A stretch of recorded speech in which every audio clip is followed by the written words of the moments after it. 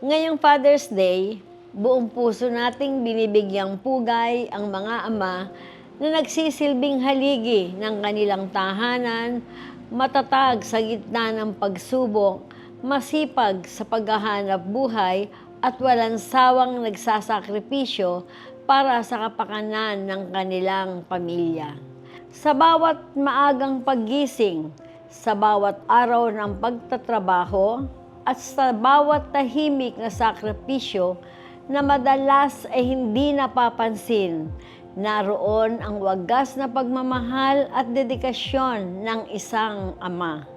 Kayo ang inspirasyon ng lakas, disiplina, pananagutan at pagmamalasakit na humuhubog sa matatag na pamilya at maunlad na komunidad. Sa araw na ito, nais ko ring magbigay pugay sa dalawang amang malapit sa aking puso na kapwa nagsilbing ama hindi lamang sa aming pamilya, kundi maging sa lungsod ng Baliwag. Ang aking yumaong kabiyak, dating Mayor Romy Estrella, na naging huwaran ng tapat na pagmamahal sa pamilya at buong pusong paglilingkod sa bayan.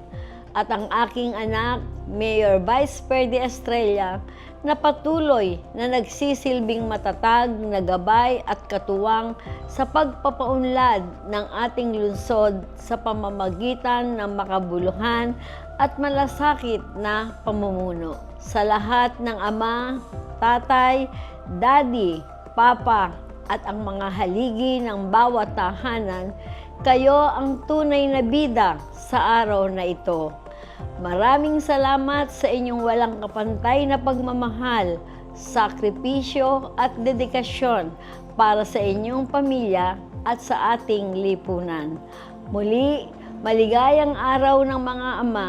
Naway patuloy kayong pagkalooban ng Panginoon ng lakas, mabuting kalusugan at masaganang biyaya habang ginagampanan ninyo ang inyong mahalagang papel bilang sandigan ng inyong mga tahanan.